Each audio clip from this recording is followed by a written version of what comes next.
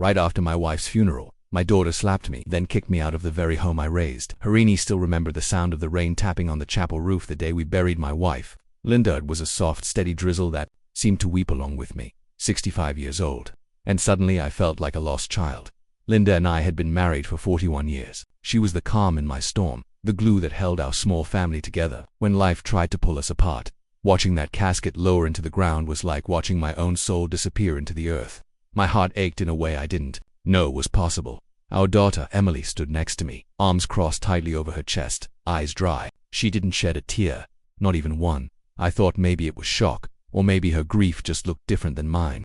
People mourn in their own ways, I reminded myself. After the burial, people filtered back to our house for the reception. It was the same home Linda and I bought when Emily was 5, a small 2-bedroom in the outskirts of town.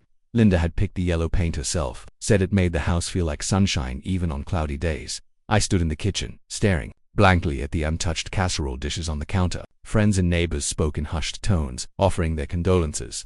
But it all sounded muffled to me, like I was underwater. Emily approached, her face tight with something I couldn't quite name. She looked like she was holding her breath. "Dad, can we talk?" she asked, her voice low. I nodded, expecting maybe a shared memory or some kind words. Instead, she led me into the living room and stood there stiffly, arms folded. "I think it's time you moved out," she said flatly. At first I thought I hadn't heard her right. "What did you say?" She didn't blink. "This house, Mom left it to me. You've been living here rent-free for years, and I need the space." I felt my knees weaken. My mouth opened, but no words came out. She went on, her tone cold. "I've already talked to a lawyer. The paperwork's done. You can stay with Uncle Ray until you find something." Uncle Ray lived in Florida. She may as well have told me to go live on the moon. I took a step back, stunned. "Emily, your mother and I built this home together. You grew up here. Your room's still the same." She interrupted me. "And it's time to move on." "I have plans, Dad. Can't do them with you still living here." Then, as I tried to reach out and touch her arm, to plead with her not to do this, she slapped me. Not hard enough to hurt physically, but hard enough that it felt like my heart shattered all over again. The room was silent. Even the rain had stopped. I stood there, frozen, hand on my cheek, trying to understand what just happened. My own daughter, my only child. "I want you gone by tomorrow." That night, I slept on the couch, but I didn't really sleep. I sat up with a blanket over my shoulders, staring at the fireplace where Linda used to sit and knit in the evenings. Her presence still lingered like perfume on the air. In the morning, I packed my things in 2 old suitcases, a few shirts, my wedding ring, a framed photo of Linda and me on our wedding day. Her smile in that picture had carried me through so much. Emily didn't come downstairs. I left a note on the kitchen table. It said, simply, "I'll always love you, Dad." I walked out into the sunlight, the brightness, painful after so much darkness, with nowhere else to go. I took a bus to a motel on the other side of town, a small, dusty place that smelled of mildew and disappointment. The first few nights I just lay on the bed staring at the ceiling. How did we get here? I kept going over every memory, every birthday party, every scraped knee. Every night I stayed up rocking her back to sleep after a nightmare, and now she couldn't even look me in the eye. I didn't call anyone. I didn't want pity. I wasn't even sure I wanted company. I just needed to think. A week passed, then 2. One evening I went for a walk to clear my head. I passed a small park where an older man was sitting on a bench, tossing crumbs to a few pigeons. He nodded at me. I nodded back. Eventually we got to talking. His name was Robert, widower, retired postman. His wife had died 2 years ago and his son hadn't spoken to him since. We shared stories, we laughed a little, and when I told him about Emily, he didn't look shocked, just sad. "Sometimes, grief makes people cruel," he said. "Doesn't excuse it, but it explains some things." His words stuck with me. I began going to the park every day, not for the pigeons but for the routine, the quiet, the small signs of life continuing, even when mine felt like it had paused. Robert introduced me to a few others from his retirement community. One woman, June, ran a book club. Another, Hank, volunteered at the community garden. Bit by bit they pulled me out of myself. I started helping Hank, pulling weeds, planting tomatoes, painting signs for the kids who came with their schools. The dirt under my nails felt good, like something real, something honest. Every now and then, I'd see a little girl giggle at something her father said, and my chest would tighten. I missed Emily, but I didn't recognize the woman she had become. Then, one afternoon, Robert handed me an envelope. No return address, just my name on the front in Emily's handwriting. Inside was a letter, a single page. She wrote that she was sorry that after Mum died, everything in her felt hollow. That seeing me every day reminded her too much of what she'd lost, and she didn't know how to handle it. So she pushed me away, hoping the pain would leave with me, but it didn't. She ended the letter by saying she wasn't ready to see me yet, but she hoped maybe one day we could talk. I read it 3 times. then folded it and put it in my pocket. It didn't erase the hurt. It didn't fix the betrayal. But it was something. That night I sat outside the motel on the small bench by the vending machine. The sky was purple with twilight, and I could almost feel Linda beside me. I don't know what to do next, I whispered. The wind didn't answer, but somewhere deep down, I felt like maybe I didn't have to have it all figured out just yet. I kept that letter folded in my back pocket for days. Sometimes I'd take it out and just stare at her handwriting. Other times, I'd trace my thumb along the paper like it might bring me closer to understanding her. I didn't know what to write back, or if I even should. Part of me wanted to run back and forgive everything just to hear her voice. Another part still ached in ways I wasn't ready to ignore. Linda would have known what to do. She always did. The community garden became my sanctuary. Every morning, I'd show up just after sunrise. The light would spill over the tomato plants and sunflowers, and I'd feel a little more human. There was peace in routine, in planting things and watching them grow. Things didn't scream or betray you. They didn't slap you across the face and ask you to leave. They just needed water and patience and time. Hank had a laugh that reminded me of my brother Jim, deep and sudden, like thunder on a clear day. He made a habit of calling me Green Thumb, even though I was more brown-thumbed than anything. One morning, as we hauled bags of mulch from the back of his truck, he glanced over and said, "You ever think about teaching a class here?" I looked at him sideways. Me, sure, you've got patience, and the kids like you. Half of them think you're Santa Claus undercover. I chuckled, shaking my head. I wouldn't know what to teach. Doesn't matter, he said, wiping sweat off his brow. Teach them what you know, even if it's just how to listen. That stuck with me. That night, I pulled out an old notebook and wrote down a few things I remembered teaching Emily when she was little. How to plant sunflower seeds, how to tie her shoelaces, how to tell if eggs were still good, how to apologize when you've done something wrong. The last one made me stop writing. Emily had apologized. Maybe not perfectly, but she had. Weeks passed, the weather grew warmer. Summer crept in with long evenings and air thick with the smell of grass and barbecues. At the motel, I became familiar with the rhythm of the place. The soft click of vending machines, the muffled TVs from neighboring rooms, the rustle of plastic curtains. I wasn't proud to be there, but I was surviving. Then one afternoon, a woman knocked on my door. Her name was Joyce. She was in her 50s, kind eyes, clipboard in hand. She said she worked with a local nonprofit that helped seniors find transitional housing. "I heard about you from Robert," she said with a warm smile. Robert again. That old postman was starting to feel like an angel in disguise. Joyce offered me a spot in a small shared apartment on the edge of town. Quiet, private, with a garden out back. I hesitated. It felt like another step away from the home I once had. But the motel wasn't forever. I knew that, so I agreed. The apartment was humble. Just 2 rooms, a tiny kitchen, and a balcony that faced a row of tall trees. For the first time in months, I had a stove. The first meal I cooked was tomato soup and grilled cheese. Linda's favorite. I ate it by the window, looking out at the darkening sky. It tasted a little like grief, but also like home. One morning, while watering the plants out back, I saw a small envelope tucked under the flower pot. My name again, Emily's handwriting. I opened it slowly, afraid it might hurt to read. Inside was a photo. Emily, as a toddler, sitting on my shoulders, her hands in my hair, both of us laughing on the back. Just one line. I missed that version of me. I sat down on the porch steps, hands trembling. It wasn't an apology this time. It was something different, a confession, maybe a cry I didn't write back, not yet. But I placed the photo on my nightstand, next to Linda's picture. Some nights I'd look at the two of them side by side and wonder what Linda would say if she could see us now. The garden project grew. Hank and I ended up helping start a Saturday morning kids club. We called it Little Sprouts. 10 kids showed up the first week, 20 by the third. We taught them how to plant seeds, how to water without drowning the roots, how to recognize a weed from a flower. I watched them laugh, get their hands dirty, ask questions. One little boy, around 6, reminded me so much of Emily at that age it took my breath away. He had her curiosity, her stubbornness. His name was Caleb.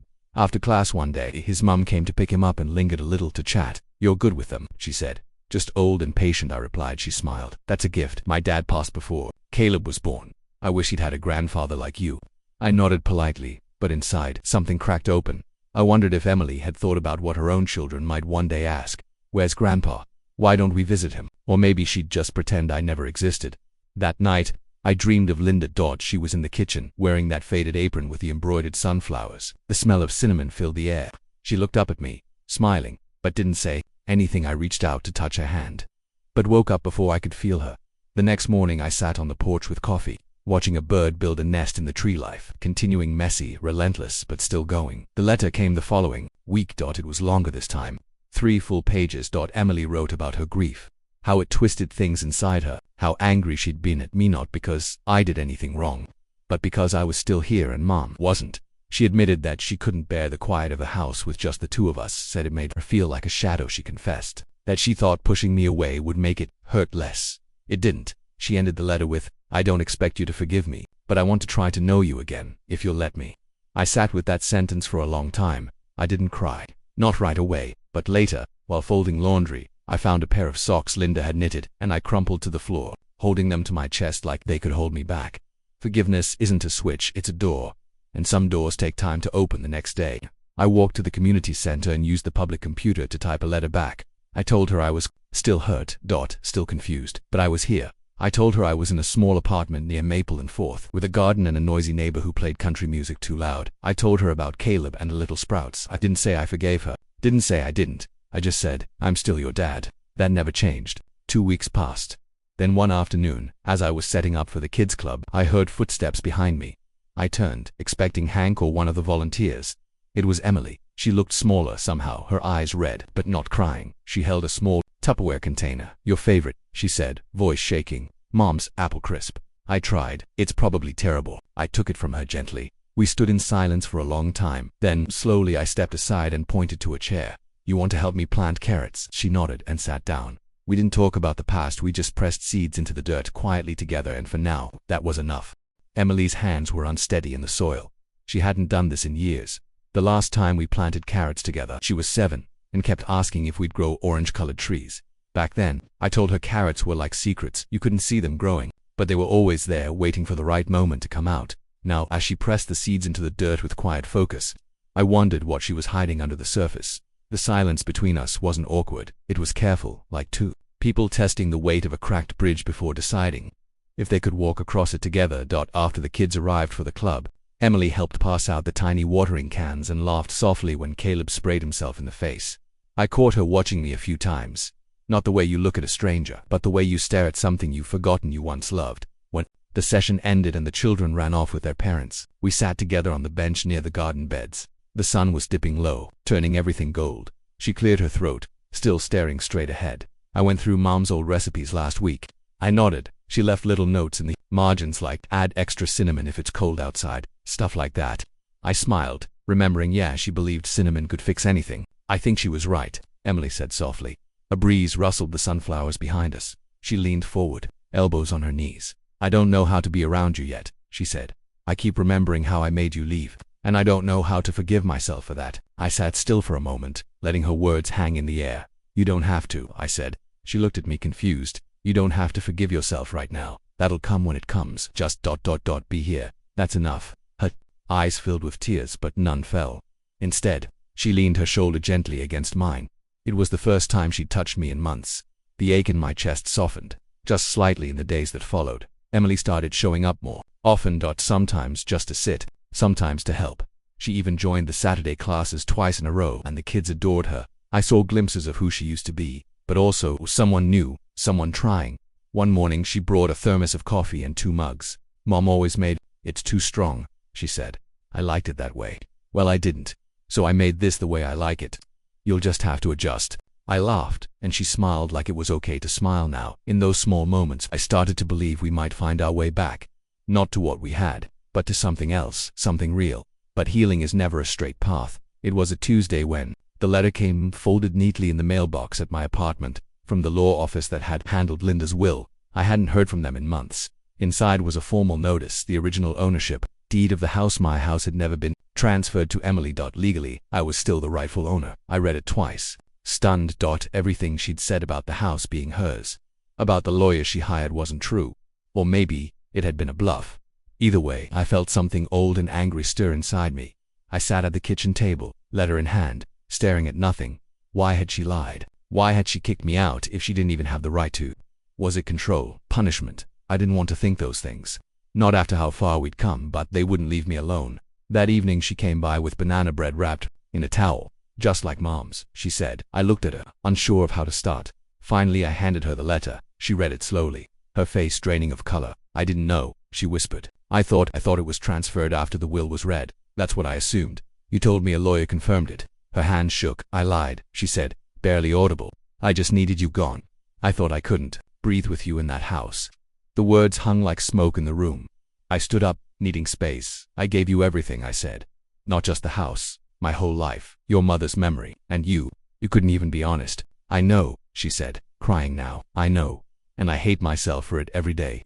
I didn't yell, I just sat back down. My hands were tired. My heart more so. I didn't want the house, I said finally. I just wanted my daughter. Emily sat across from me, silently crying into her palms, and still, even then, I wanted to protect her. I wanted to take the pain from her like I did when she was small and scraped her knees. But this wasn't a scratch, this was something deeper. Night. I couldn't sleep. I paced the apartment, looking at old photos, remembering Christmas mornings and bedtime stories. Was this what fatherhood became? Giving and giving until there was nothing left but silence. But then I remembered something Linda once said. Being a parent means loving them even when they're impossible to love, because one day they'll be lost, and your love is the only way home. I didn't sleep, but I made a decision. The next day I met with a lawyer, a different one. I asked him to officially sign the house over to Emily, not because she deserved it, not because I wasn't still angry, but because I needed to let go. Holding onto the house felt like holding onto the wound, and I was tired of bleeding. I didn't tell her right away. Instead, I focused on the garden, on the children, on the tiny miracles growing quietly in the soil. Emily kept coming. Sometimes she'd bring flowers from the old yard, other times just stories, bits and pieces of her life I hadn't heard in years. She was trying.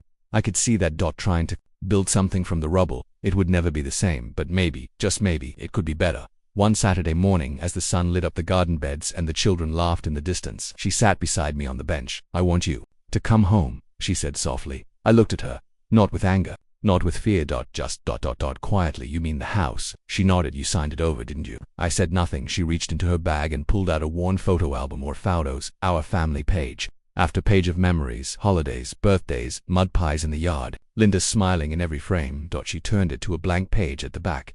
"I want to start adding to this again, with you." The wind stirred the pages. I looked at her, my daughter, the girl I'd raised and lost and maybe, just maybe, found again. I didn't answer. Not yet. Instead, I closed the album gently and placed it in my lap.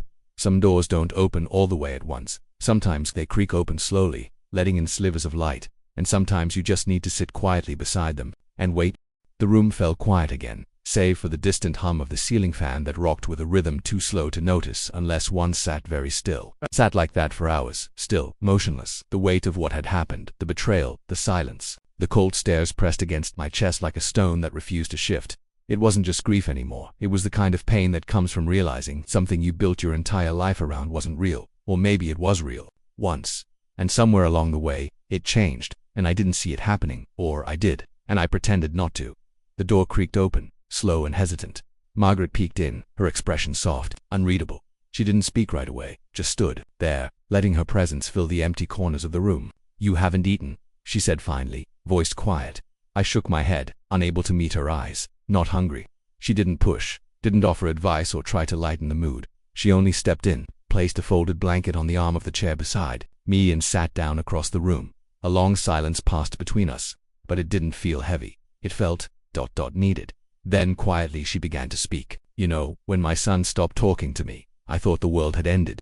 I looked up, her hands were clasped in her lap, her eyes fixed on the wall behind me. He said I didn't understand him, that I cared more about rules and pride than people. A small broken laugh escaped her. Maybe he was right, or maybe he just needed someone to blame.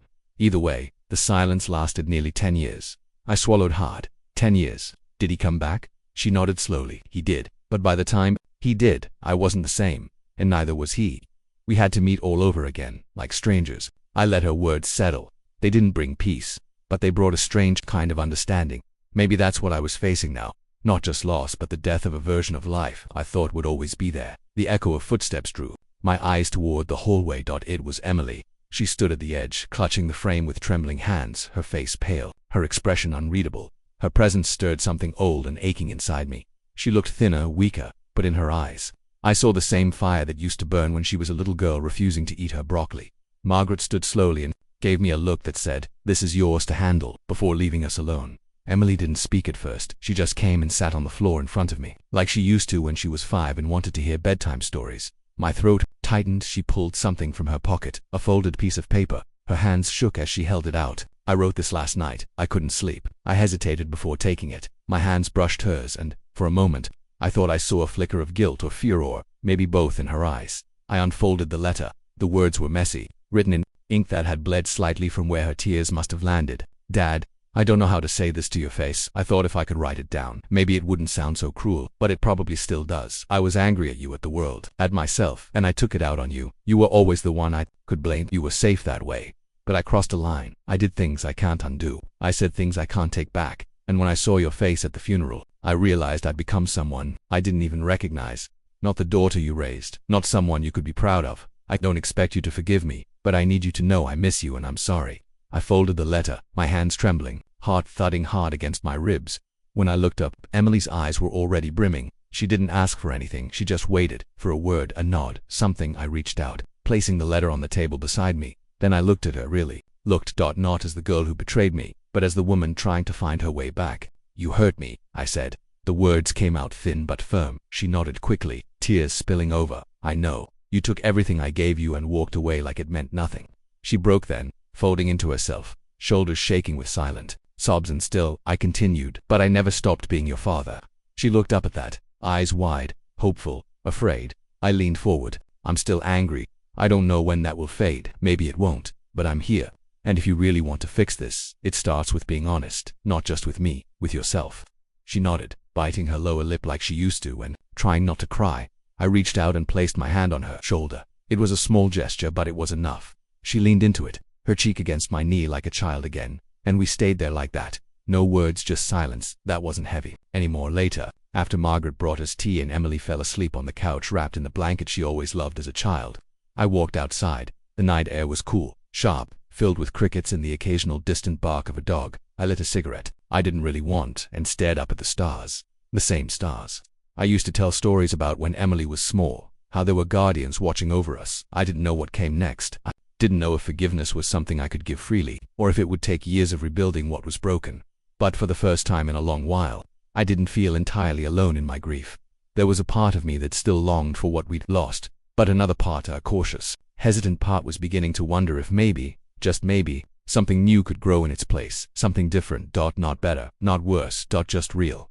Behind me, the door creaked again. I turned, expecting Margaret, but it was someone else, a figure I hadn't seen in months, my brother James. He stood there awkwardly, a suitcase by his side, the porch light catching the silver in his beard. Didn't think I'd make it back, he said quietly. I stared at him, unsure whether to feel relief or frustration. He hadn't come to the funeral, hadn't even called. He glanced at the window where Emily slept and then back at me. You still take people in when they're broken, huh? I let out a dry laugh. Someone has to. He stepped closer, his eyes searching mine for something understanding, forgiveness, or maybe just permission to come home. You mind if I stay for a while?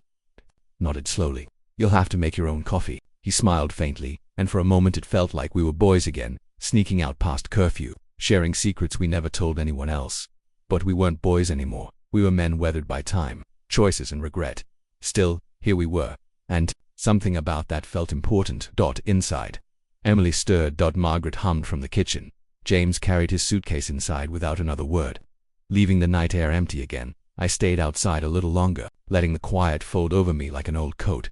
The house behind me wasn't just walls and windows anymore. It was a place filled with broken people trying to heal. Maybe that was enough for now. Maybe that was the only place to start. But somewhere, in the back of my mind, a question lingered. Would they all stay? Would they run again when things got hard? Or were we finally ready to stop running? Only time would answer that. And time I had plenty of for now. I turned back toward the door, heart still heavy, but not hollow, and I stepped inside. Margaret's porch light hummed softly as night settled in. A breeze rustled the ivy clinging to the wooden railing. I stood there, staring at the chipped doormat beneath my feet, trying to find the courage to knock. Behind me, the street was quiet. Not a single car rolled by. The town felt like it had paused just for me to gather myself. My hand trembled slightly as I lifted it. I knocked once. The door creaked open almost instantly, like she had been waiting.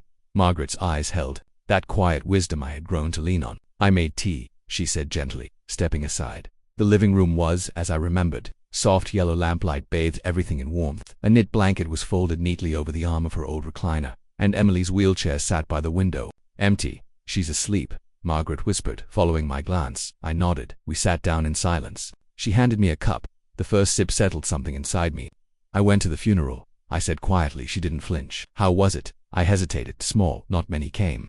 Just a few old neighbors. Her new husband didn't speak, and my throat tightened, and she didn't mention me. The words felt like sand in my mouth. Margaret reached out, resting a hand over mine. Sometimes people bury more than the dead, she said. They bury guilt, pain, even love, because it's easier than facing it. I swallowed hard. Do you think she hated me in the end? No, she said firmly. I think she didn't know how to forgive herself, and blaming you was easier than blaming herself. The silence stretched, but it wasn't cold. She left me a letter, I said finally. It came in the mail yesterday. Margaret's eyes widened, but she said nothing. I haven't opened it. Her gaze was steady. Would you like to read it here? I looked down at my hands. The letter was folded in my coat pocket, worn from my fingers, running over it again and again. I don't know if I'm ready, I admitted. Then don't rush. We sat together for a long time, sipping tea, listening to the distant creak of tree branches brushing the windows. Eventually, I pulled the envelope out. It was handwritten, addressed to me in her unmistakable script. Still careful, still precise. I opened it slowly. The paper crackled like it too had been waiting for this moment. Dear Dad, I don't know if this will ever reach you. I don't know if you'll ever read it, but I needed to write it anyway. Was angry for so many reasons. Some I understood, some I didn't. You weren't perfect, and I held on to every little mistake like it was a reason to keep my distance. But you loved me, you always did. Even when I sold the house. Even when I took your name off the car. Even when I left you behind. I think I wanted you to stop me. I think I wanted to feel like I still mattered to someone, even as I was trying to push you away, and when you didn't fight back. I thought it meant you didn't care, but now I see. You let me go because you thought it would give me peace. I've carried that peace like a stone. It never felt light. I watched you from afar sometimes. Did you know that I saw you at the park, helping that boy tie his shoes? I saw you bringing groceries to Mrs. Hampton's porch when her hip gave out. You were still being you, quietly, kindly, without asking for thanks. I wanted to call so many times, but I didn't know how to say sorry without breaking apart. I hope, somehow, you're okay. I hope you forgave me, even if I never earned it, and if you still think of me, please know I loved you. I just didn't know how to show it. Love, Anna. My hand shook. Tears blurred the ink. Margaret didn't speak. She didn't need to. I folded the letter slowly, pressing it to my chest. Something shifted inside me. Not closure, not yet, but something close to understanding. I think I'll walk home, I said softly. She smiled. I'll leave the porch light on. Outside, the night air felt different, lighter. The stars above twinkled in silence, like they had been listening. I walked slowly, letting each step carry me back through the parts of my life I had tried not to look at. The house she took, car she sold, silence that had stretched so long I forgot the sound of her voice. And then the letter. The letter that somehow bridged the space between us. When I reached my apartment, I didn't go inside right away. I stood in the hallway, listening to the hum of the building. Someone was playing a soft piano tune a few floors down. I thought about Emily, about how Margaret had stepped in where no one else had, and I thought about Anna, my daughter, my everything. I pulled out the letter again, reading the last line. Please, no, I loved you, I just didn't know how to show it. Maybe that's what it came down to. People loving in their own broken ways. The next morning, I took a bus out of town. The address was on the envelope where the letter had been mailed from. Didn't expect anyone to answer, but I had to see it. The small house was on the edge of a sleepy road. The yard was overgrown. A wind chime danced in the breeze, its notes light and uneven. I knocked. An older woman answered. Her eyes studied me carefully. You must be her father, she said softly. I blinked. How did you? She talked about you, toward the end, a lot. My heart thudded. I'm a friend, she said. We met through the center. She was helping people get sober. Never said much about herself. But you came up more and more. I nodded, not trusting myself to speak. She opened the door wider. Would you like to see where she used to sit? She'd right there, sometimes cry, sometimes just stare out at the hills. I stepped inside. The house was quiet. On a small wooden table by the windows sat a notebook. The pages fluttered gently in the breeze. She had written so many things. Thoughts, regrets, little memories. There was one about a birthday when she was 6. I had made a cake badly and spilled the icing. He laughed, she had written, and I thought he was the strongest man in the world. I sat down, resting a hand on the notebook. Grief is strange. It doesn't leave, it just changes shape. But now I had something I didn't before. Her words, her truth, and maybe, just maybe, a path forward. The woman handed me a small box. She wanted you to have this. She said you'd understand. Inside was a photo, the two of us on a swing. She couldn't have been more than 5. Her arms around my neck, my face tilted up in laughter. On the back, scribbled in faded marker, were 3 words. Always your girl. I closed my eyes. For the first time in years, I let the tears come freely. There would be more days ahead. Quiet days, lonely ones, but they would be honest, and somewhere, in those in-between moments, I would carry her with me, always. Not as the daughter who left, but as the daughter who tried, who found her way back, even if only in ink and paper, and in that, I found something I didn't expect. Not peace. Not yet, but the beginning of it. And that was enough.